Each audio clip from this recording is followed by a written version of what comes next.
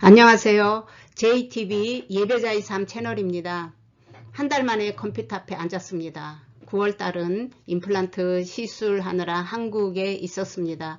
한국으로 출발하기 전 8월 말에 4개의 영상을 업로드하고 9월달에 매주 하나씩 나가도록 예약을 해두고 가서 영상은 계속 나갔고, 저는 이제는 틀림없이도 방송을 하는구나 하고 기쁨으로 컴퓨터 앞에 앉았지만, 역시 시차 적응과 여행으로 인한 피곤함을 이기지 못하고 이제서야 라오디게아 교회로 방송을 하게 되었습니다. 주님께 감사드리며 주님의 은혜로 앞으로 더 집중해서 방송을 할 수 있게 되리라 기대합니다. 라오디게아 교회에 주시는 주님의 메시지로 은혜 나누는 시간 되기를 바랍니다. 라오디게아 교회 요한계시록 3장 14절에서 17절까지입니다.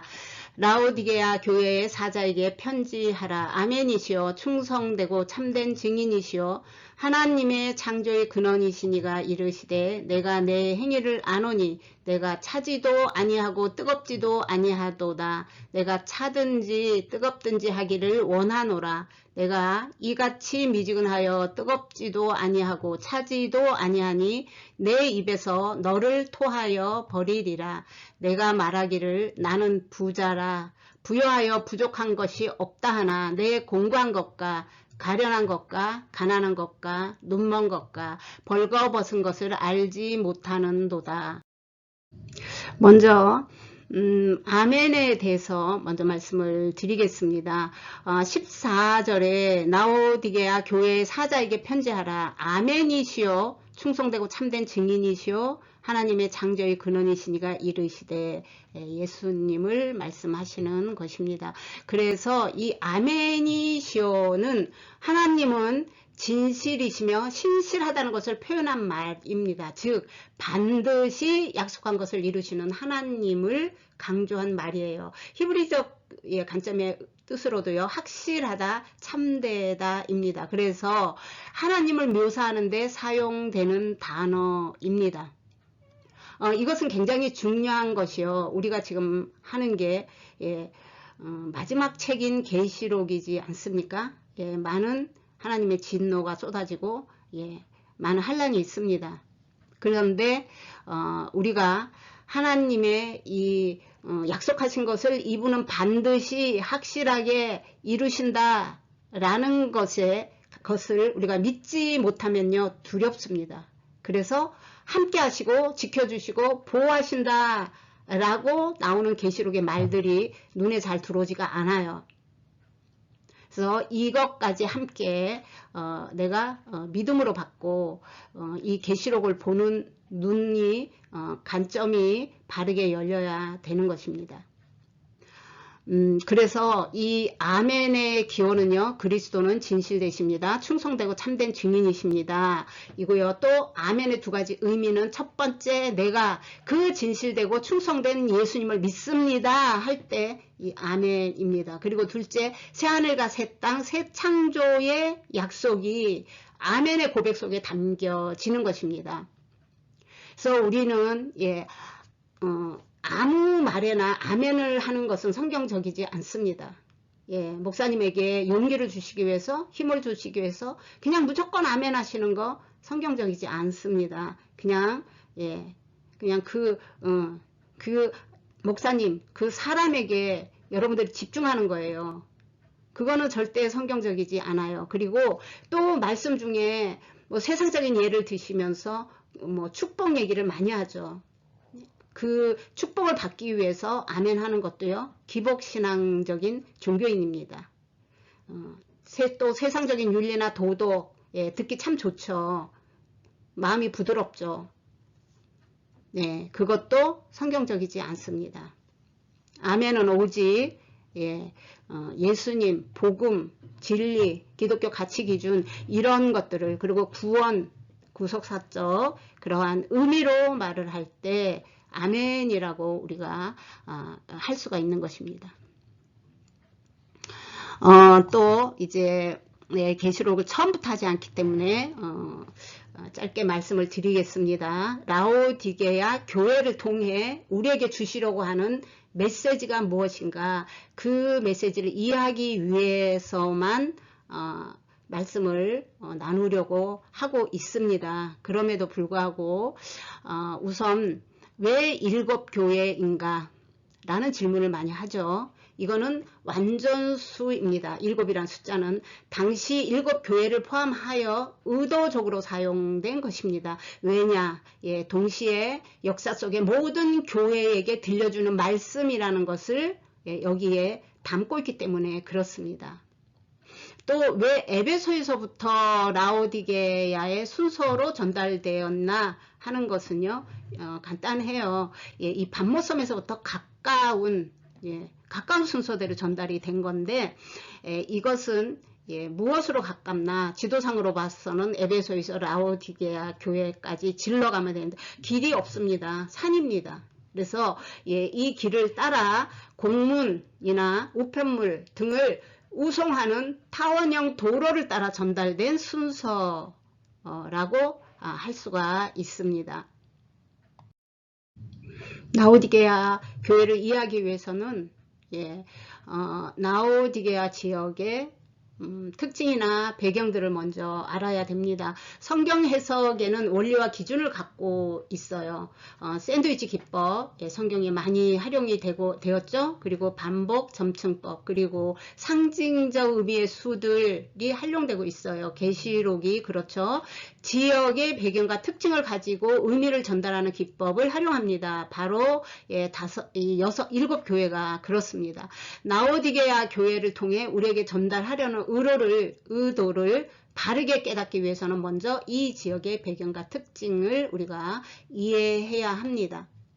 라오디게아 지역은요, 인구가 많은 도시입니다. 금융업이 발달해서 이 재정이 굉장히 풍부했습니다. 그래서 은행에 금이 많았어요. 그 당시는 현금에 해당합니다. 금으로 지진으로 엄청난 경제적 손실을 입었지만 노마의 도움을 거절했어요.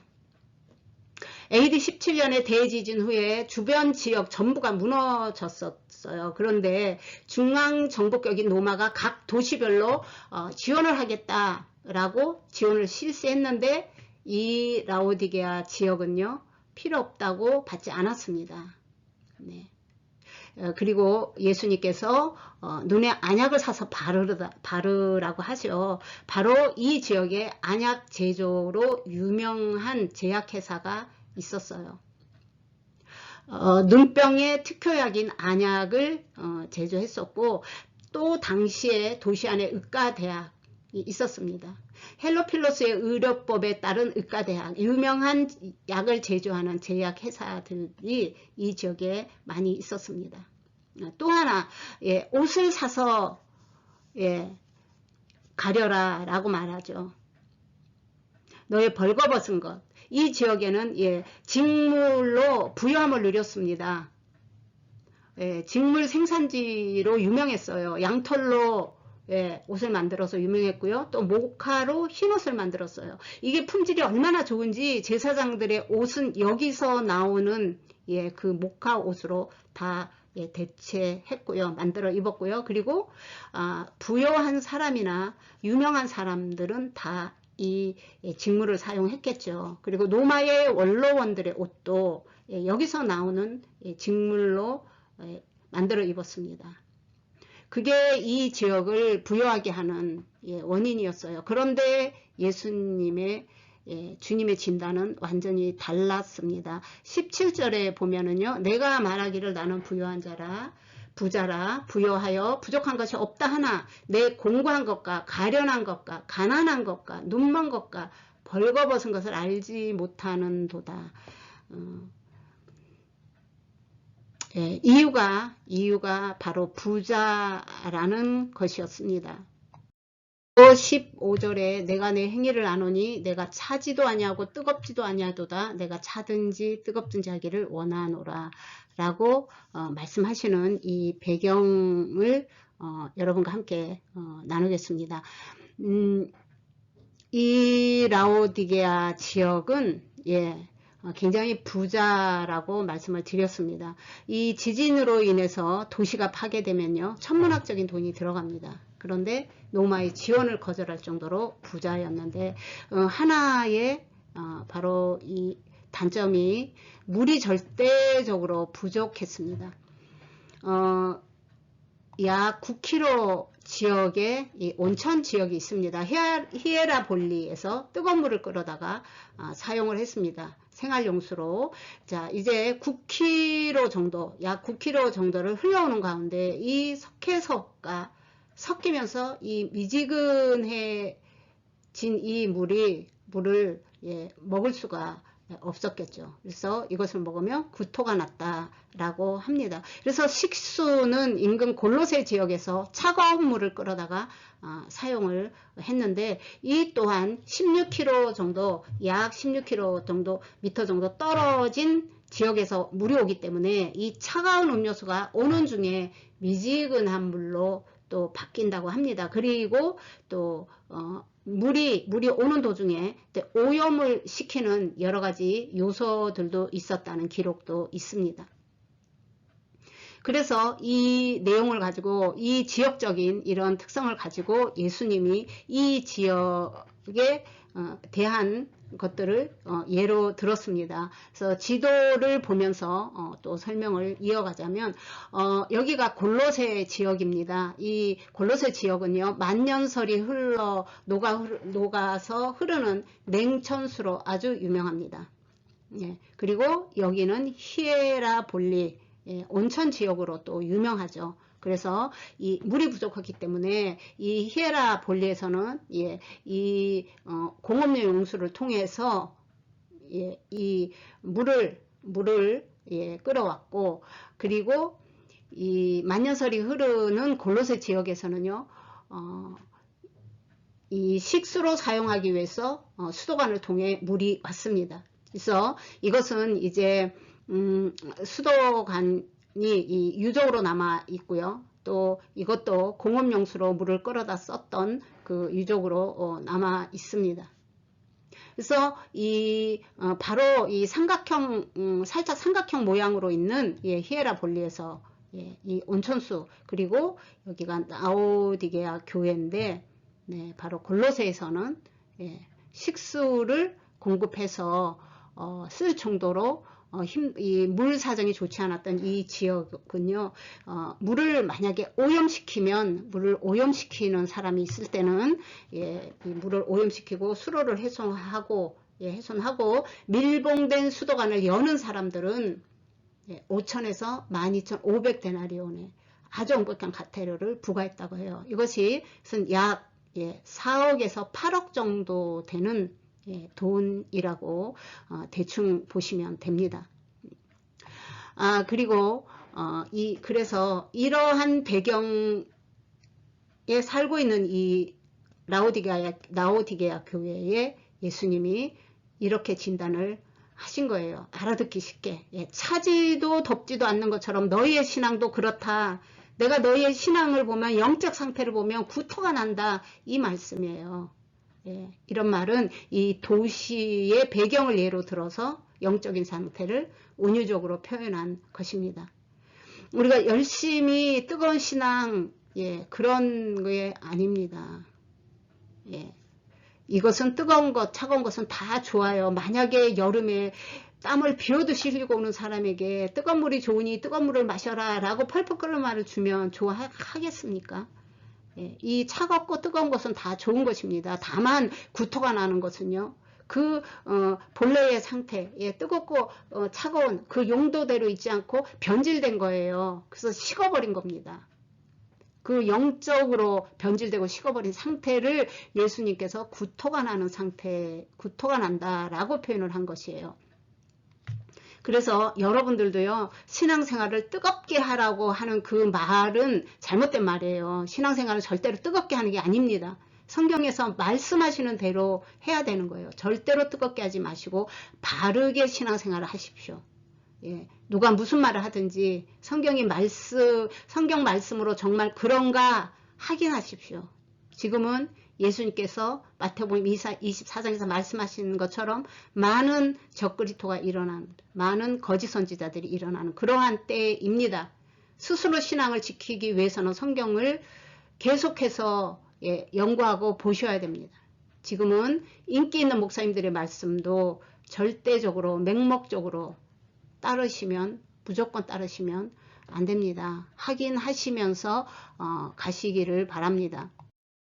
말씀 라오디게아 교회 18절에서 22절까지를 읽도록 하겠습니다. 내가 너를 권하노니 내게서 불로 연단된 금을 사서 부여하게 하고 흰옷을 사서 입어 벌거벗은 수치를 보이지 않게 하고 안약을 사서 눈에 발라 보이게 하라. 물은 내가 사랑하는 자를 책망하여 징계하노니 그러므로 내가 열심을 내라 회개하라. 볼지어다 내가 문 밖에 서서 두드리노니 누구든지 내 음성을 듣고 문을 열면 내가 그에게로 들어가 그와 더불어 먹고 그는 나와 더불어 먹으리라. 이기는 그에게는 내가 내 보좌에 함께 앉게 하여 주기를 내가 이기고 아버지 보좌에 함께 앉은 것과 같이 하리라. 귀 있는 자는 성령이 교회들에게 하시는 말씀을 들을지어다. 부요함과 세상적인 자랑이 주님의 눈에는 토하고 싶은 상태였다고 말씀드렸습니다. 그것에 대한 해결책으로 주님께서 말씀하시는 것은 내가 너를 권고한다. 나에게서 불로 연단된 금을 사서 부자가 되고 흰 옷을 입어 내 벌거벗은 수치를 드러내지 않게 하며 내 눈에 안약을 발라 볼 수 있게 하라라고 해결책을 말씀하셨습니다. 그래서 이 계시록은요, 우리가 믿음으로 구원받는다 라는 이 말이 없습니다. 믿음에 대한 얘기는요, 예수님의 초림, 그 예수님의 오심, 그리고 돌아가심, 부활하심, 그 십자가의 그 구속 사건, 그런 거는 다 믿어야지 됩니다. 그리고 예수님의 재림도 우리가 믿어야지 돼요. 그런데 지금 계시록에는 믿음이라는 말이 없습니다. 그래서 행함으로 심판대 앞에 서서 영적인 전투를 치르지 않으면 그 영은 결코 성장할 수가 없습니다. 그래서 계시록은 영적인 전투에 대한 이야기입니다. 그래서 이겨내야 하고 승리해야 되는 이야기입니다. 그래서 우리가 이 거룩한 두려움이 없는 믿음은요, 거짓된 믿음이라고 할 수가 있습니다. 왜 계시록에는 이렇게 말을 하는가? 바로 이 계시록에 구원받을 대상에 대한 이야기예요. 그래서 대상이 믿음 안에 있는 자녀들이 대상입니다. 믿지 않는 자들의 심판 얘기도 있지만 더 중요한 것은요, 하나님을 믿고 여기까지 온 사람들, 하나님의 자녀들에 대한 이야기예요. 그래서 이것을 나에게서 사서 중요해요. 나에게서 사서 내가 대가를 치르는 것이 아닙니다. 그러면 사서라는 말이 왜 있나? 치르는 것이 아니고 예수님으로 만들어지는 거예요. 바로 진리의 사람으로. 왜냐하면 그 대가는 다 예수님이 치르셨기 때문에 내가 거기에 속해야 돼요. 내가 주님 안에 하나가 되어야 됩니다. 그래야 내가 값을 치른 거나 마찬가지예요. 그래서 우리는 살아라고 했으니까 막 노력이 필요하지 않냐, 대가를 치러야 되는 거 아니냐, 막 이상한 그런 해석을 내놓습니다. 그러나 그런 것은 아닙니다. 그래서 하나님의 처방은요, 연단된 금을 사라, 흰옷을 사라, 안약을 사라, 사라라고 말합니다. 금을 연단할 때는요, 2000도가 넘는 재련의 과정을 거칩니다. 왜냐? 불순물을 제거하기 위해서. 하나님의 자녀도 이와 같아요. 그래서 교회 다니는 것이 그렇게 달콤하고 그런 것은 아닙니다. 우리는 영리 살기 위해서, 예수님은, 성경은 그 얘기를 하고 있는 거예요. 그래서 사서라는 것은요, 순종을 말합니다. 행위와 순종을 요구하는 거예요. 그래서 우리가 이렇게 말하면 또 교회에서 열심히 하는 것으로 갑니다. 그러나 그거가 아니고 예수님으로 만들어지기 위해서 말씀대로 순종하고 말씀으로 만들어져야 되는 거예요. 교회에서 열심히 일해서 여러분들이 사회에서 일하고 교회에서 일하고 말씀 읽을 시간도 없고 주님 앞에 제대로 나를 내어놓고 주님의 음성에 귀 기울일 시간도 없다면요. 그거 다 멈추셔야 됩니다. 그래서 사라라는 것은요. 하나님의 자녀로 만들어져야 되는 것이에요. 재련의 과정을 통해서 불순물이 제거되는 것은요. 우리가 막 시련을 겪고 막 그런 것 세상적인 그런 게 아니에요. 우리의 시련은 오직 복음으로 하나님의 자녀로 만들어지기 위해서 주님께서 허락하신 그러한 테스트입니다. 그래서 연단의 과정을요. 우리는 이것을 이제 좁은 길, 십자가의 길, 영적인 전투, 이런 것들, 성화의 과정, 이런 것들을 통해서 우리가 이겨야 된다는 거예요. 승리해야 된다는 것을 말하고 있는 것입니다. 그래서 이제 이 흰 옷은요, 흰 옷은 행위예요. 흰 옷은 우리가 주님 말씀 안에서 우리가 만들어져 가는 그것을 행위라고 합니다. 내 안에 있는 육신의 정욕이 다 빠져나가고 그리고 탐욕, 죄성, 악한 욕망들이 죽는 거예요. 그래서 우리는 교회를 다닌다는 것은 우리가 십자가에서 돌아가신 예수님처럼 우리의 이 모습을 십자가에 같이 못 박힌 거예요. 그래서 이 성품의 이 열매예요. 그래서 수치와 제약을 가린 옷, 이 흰 옷은 예수 그리스도의 의로움으로 우리가 예수로 만들어지면 입을 수 있는 옷이에요. 믿음의 토대 위에서 시작을 했고요. 구원은. 그리고 우리의 이 신앙생활은요. 순교자의 영성으로 성화되어져 가는 거예요. 그래서 우리가 살아 있어도 이 순교자의 영성은 내 안에 있는 이 죄성이 날마다 죽는 것이에요. 물론 최종적으로는 우리의 육신이 죽습니다. 그래서 이 성화의 과정, 나를 죽이는 과정, 육신의 정욕, 탐욕, 죄성, 악한 욕망 등을 죽이는 이것이 바로 제자의 삶입니다. 살아있는 동안 내가 아무것도 죽이지 않고 세상의 것들 내 안에 있는 죄성을 비워내지 않고 하나님 앞에 갈 수가 없습니다. 영이 활성화되지 않으면 영적으로는 죽어있는 것과 똑같아요. 그래서 이 예복이라고도 하고 빛난 새 마포, 의의 겉옷, 신부의 영성, 흰옷은 계시록 19장 7절 9절에 혼인잔치에 참여할 자격이 있는 자로 최종적으로 나옵니다. 그리고 이 안약을 사라는 것은요, 안약은 그 지역의 제조회사, 그 의과대학 이런 것에서 있는 데서 살기 때문에 이 사람들이 안약을 사서 바르면 돼요. 그런데 그러한 사람들에게 육신적인 이 옷을 입고 있는 그 상태는 그럴 수 있지만 영안은요, 영적인 분별력을 필요하다는 것은 영적인 분별력은 세상에서 파는 안약으로 되는 게 아니잖아요.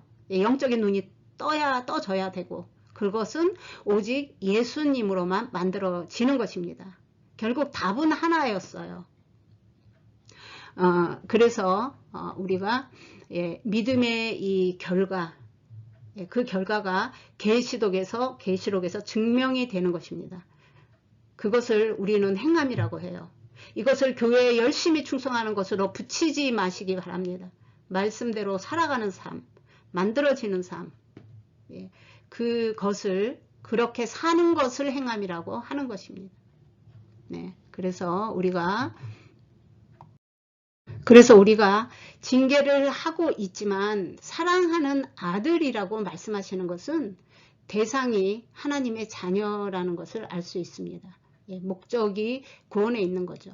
그래서 무릇 19절에 내가 사랑하는 자를 책망하여 징계하노니 그러므로 내가 열심을 내라 회개하라. 책망하고 회개하는 것은 자녀를 회복시키려는 의도입니다. 그리고 사랑한다는 것은요, 자녀를 삼으셨다는 뜻이에요. 히브리서 12장 6절에서 8절에 주께서 그 사랑하는 자를 징계하시고 그가 받아들이는 아들마다 채찍질 하심이라 하였으니 너희가 참음은 징계를 받기 위함이라. 하나님이 아들과 같이 너희를 대우하시나니 어찌 아버지가 징계하지 않는 아들이 있으리요. 징계는 다 받는 것이요 너희에게 없으면 사생자요 친아들이 아니니라. 네, 하나님의 축복의 말씀인 것입니다. 이 히브리어로요, 징계, 무사르예요. 그래서 고치다, 가르치다, 연습시키다, 돌아오다 예요. 죄인인 우리를 고치시고 말씀으로 가르치시고 또 삶을 연습시키셔서 하나님께로 돌아오게 하는 이유는 하나님의 형상으로 만들어가는 과정입니다.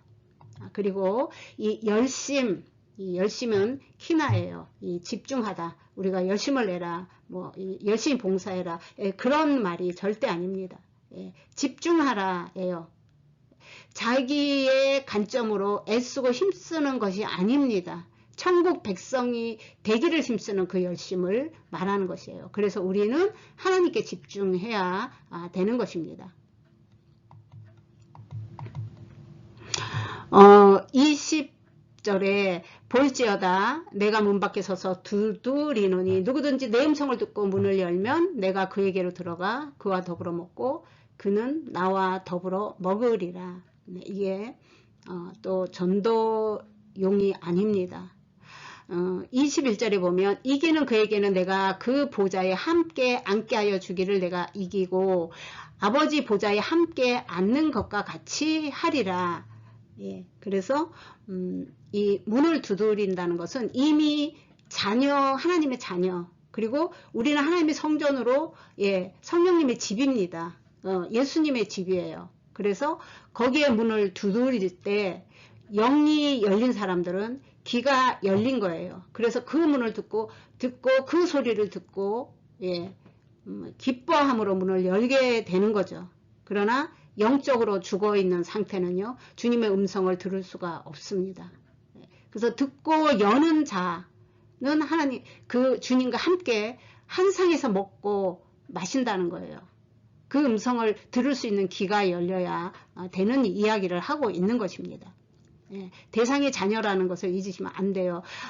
주님을 접촉도 하지 못한 사람에게 먹히지 않습니다. 그 얘기를 하는 게 아닙니다. 그리고 말라기 3장 2절에 그가 임하시는 날을 누가 능히 당하며 그가 나타나는 때에 누가 능히 서리요. 그는 금을 연단하는 자의 불과 표백하는 자의 잿물과 같을 것이다. 또 3장 3절에 그가 은을 연단하여 깨끗하게 하는 자 같이 앉아서 레위 자손을 깨끗하게 하되 금, 은같이 그들을 연단하리니 그들이 공의로운 제물을 나 여호와께 바칠 것이라. 잠언 3장 12절에 대저 여호와께서 그 사랑하는 자를 징계하시기를 마치 아비가 그 기뻐하는 아들을 징계함과 같으리라. 말씀을 정리하겠습니다. 계시록은 예언 중에 재앙이 많지만 재앙의 핵심은 아닙니다. 계시록은 복음의 완성과 예수 그리스도를 말해주는 책입니다. 라오디게아 교회는 외형적으로는 부유하지만 영적으로는 공고하고 가련하고 가난하고 눈멀고 벌거벗었다고 말씀하시지만 내 사랑하는 아들이라고도 말씀하십니다. 주님께서 사랑하는 아들이라는 그것이 이 징계의 이유라고 하십니다. 우리가 교회에 다니고 예수 믿으면 잘 된다고 생각합니다. 그러나 이것은 비진리입니다. 예수님이 오신 것은 우리 소원을 들어주어서 이 땅에서 잘 살게 하시려는 것이 아닙니다. 연단해서 하나님 나라의 백성 만들기 위해 오신 것입니다. 우리 모두 믿음의 경주에서 승리하시기를 주님의 이름으로 축복합니다.